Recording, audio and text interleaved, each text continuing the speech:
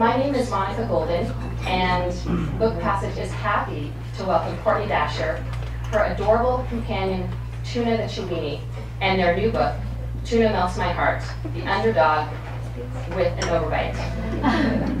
Tuna unknowingly became an internet sensation after Dasher saw him at an LA farmer's market. Tuna had been abandoned on a street corner, and a rescuer had brought him to the market as an adoptable dog. Dasher originally planned to just foster Tuna, but she fell in love with him instead. Dasher began posting daily pictures of Tuna on Instagram. Tuna now has over 750,000 Instagram followers and an adoring audience that grows by 1,000 people every day. Tuna has been featured on Huffington Post, BuzzFeed, and Mashable. He's even made an appearance on NBC's Today Show. Dasher uses Tuna's appearances to educate the public about animal rescue and to raise money for local animal shelters. And today's co-sponsor is the SPCA. So we do have a jar here in case anybody would like to make a donation to the SPCA. Please give a fantastic welcome to Courtney Dasher and Tuna the Chiweenie.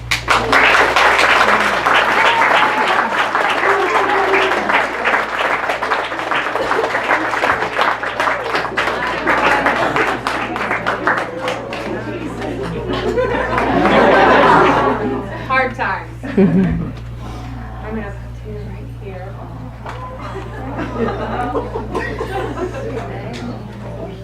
Hi everybody. So this is what I look like. You know, since I'm Wilson, an enigma from Home Improvement. I'm going to take this off. Hi. Okay. So we are on. This is supposed to be our 6th stop on the book tour, but our flight got canceled out of New York to Chicago, so we had a day break, which was great for all of us. But we're excited to be here. It's such a lovely day. I have never seen the Golden Gate Bridge because it's always foggy. So it was awesome to actually see it and drive over it. This is Tuna, in case you didn't know. He is sniffing you all out. Tuna, you love life? Yeah, good. Okay, so I wanted to just tell you a little bit about the book and then walk through a few things, and then if you have any questions, you're welcome to ask me before we get started. So as you most of you know, the Instagram is kind of a random daily look into Tuna's life. And there's not much order to it. I just kind of post the photos and make the comments as I see them. But this book is written to give you all a better opportunity to see into the day in the life of Tuna. So it's 15 chapters, and it's for all demographics. So it's really friendly for children, and it's great for all other ages. But basically, it starts with him waking up in bed, as you know he loves, and then it ends with him going to bed, which, as you all know, he loves. And everything in between, we go to the beach and play dress up and go for a car ride and take a bath. So there's a lot of activity in Tuna's daily life. Are you okay? He's shaking because he's cold, just so you know. He's a short-haired Chiweenie, and he's always wearing sweaters per his request, not mine. He has a much nicer wardrobe than I'll ever have. He wears cashmere a lot because he's gifted cashmere. I will probably never own a cashmere sweater, so I live vicariously through my dog. His teeth. They do not always stick out, just to dispel any rumors. They usually stick out best when he hasn't drank water, so like right when he wakes up in the morning or when he's like laying on his back, that's when his teeth show the most. So unfortunately in photos you might not be able to see his teeth unless like towards the very end his gums are dry, and then I'll shove them off and they'll just stick like that. Just so you know, with the format of the evening, have fun with Tuna. You're able to touch him. Unfortunately, no holding him on this tour, just because I don't want to overwhelm him. We have one more stop tomorrow in LA, and it's going to be a big one. So, here's the mindset. But you're welcome to have your phones ready or your cameras ready. Please just turn off the flash, mainly because it just goes quicker without the flash, and his eyes turn like alien green and it looks really creepy. If you do post any photos from today, please hashtag Tuna Melts My Heart or the Tuna Book, because I look through them and I like them and I comment on them. And yeah, anything else with the... Oh yeah, well, I'm getting there in 1 second. But okay, so on the book tour, we are benefiting animal rescue groups, because that's just what we like to do since Tuna is a rescue, and we like to raise awareness and financial support. So the San Francisco SFPCA, I don't know, has any of you gone to that facility, volunteered at that facility, rescued? Raise your hands if you've done that. Whoa, awesome. It is such a cool facility. We were here in October, and it blew me away. It's one of the best ones I've ever seen. So unfortunately, someone from there could not be here tonight, so we are collecting cash donations, and every thing collected will go right to them. We also have little bookmarks that were made for you guys just as a gift and a thank you. If the book was sold out and you weren't able to get one, I am so sorry. Apparently you're able to order them, but I have a book plate for you that has Tuna's autograph and my signature. And the autograph is his actual paw. So, just so you know. All right, so any questions before we begin? Anything that you want to know about Tuna? Yeah?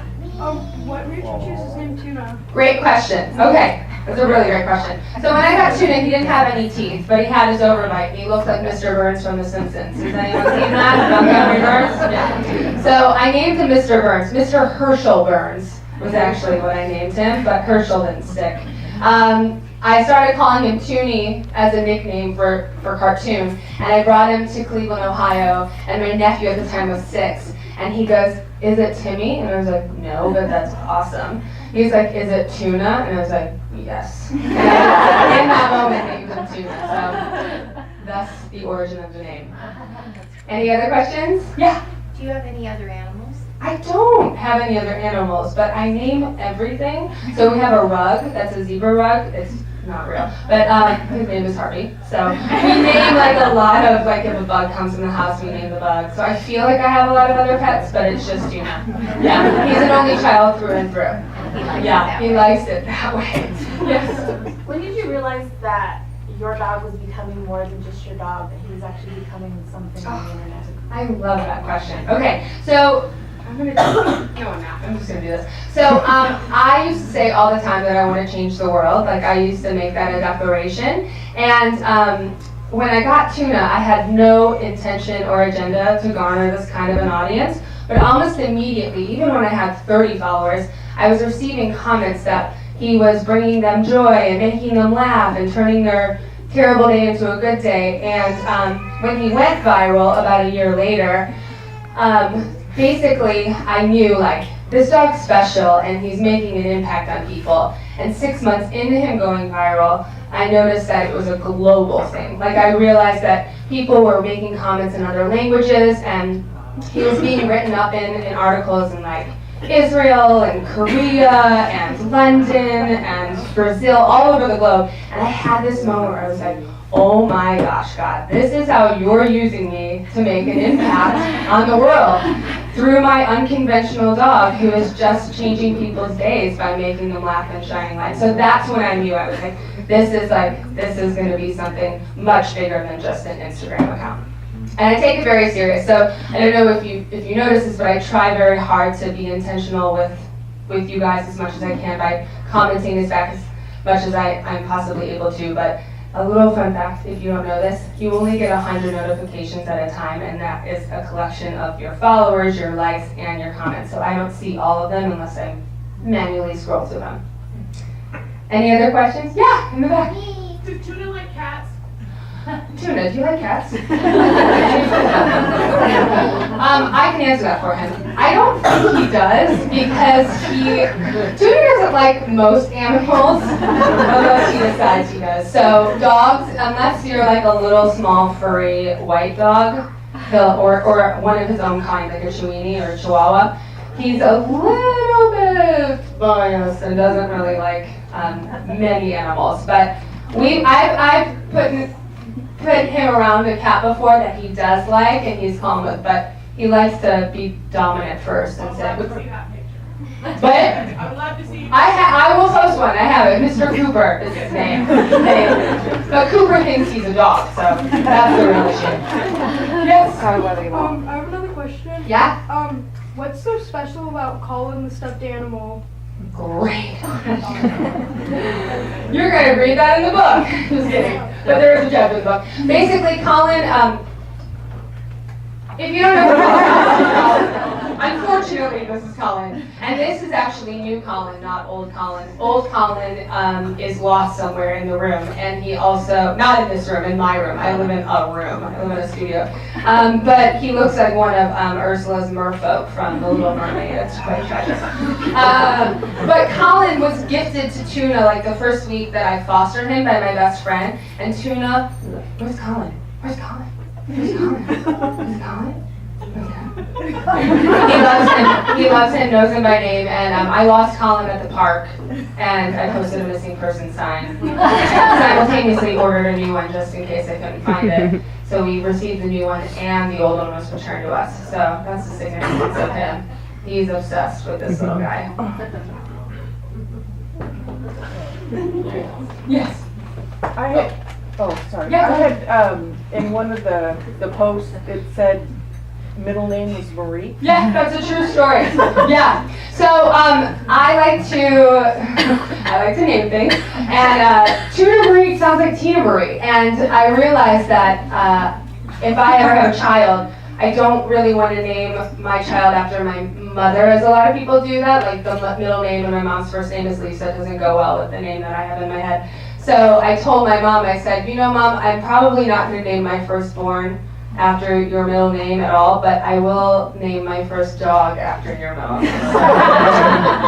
Second was Tuna Marie. My mom's Lisa Marie. So any response to it? It's how many of you are parents in this room? And when your children are in trouble, you call them by their first and middle name? That's what happens to him. And sometimes I just shorten it to Marie. Marie. Okay, well, thanks, Krabby. Yes. Is Tuna always this well behaved on your? Always.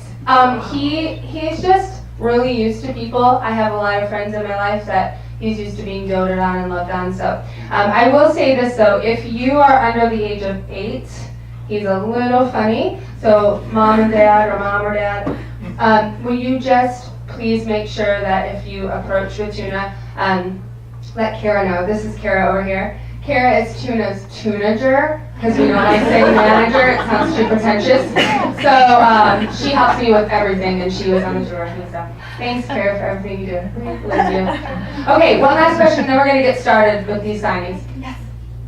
So is this now your full-time job, or Good question. did you have a job before or after? I've never had a job. So if you know what a day in the life of Tuna is like, what is yours? Great question. Okay, so I'm an interior designer. That's what I do for trade. I have my own company. It's a small interior design firm, and then I also was working a 9 to 5 at the Pacific Design Center in Los Angeles, because that's where I live. And meanwhile, while I was doing both of those things, Tuna went viral, and I want to be very engaging with all of you. So I was at work and I was like taking my phone out and writing people back and emailing. What do you see? Here, what do you say? Speaking on behalf of me.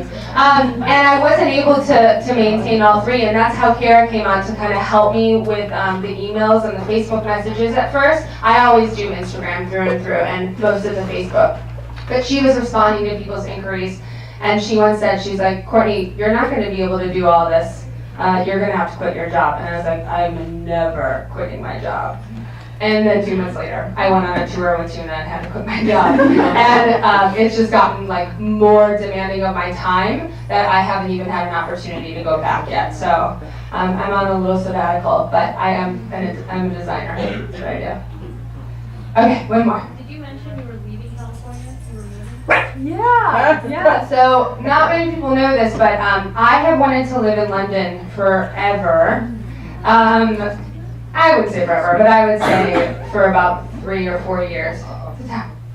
And so I went there this past fall and wrote the book in London. And when I was there, I just I felt really called to it, and I was like, all right, let's save up the money and go live in London for 4 months. So I think that's what we're gonna do. I just got Tuna approved to fly in the cabin with me, which is amazing. So we'll probably be there for about 4 months. Can you stay, buddy? All right. We lost call. I know. Oh, thanks. Okay, so let's get started. Thanks, man. If you have a book, thank you. If you don't have a book, thank you. We will sign whatever we need to, just so you can get this autograph.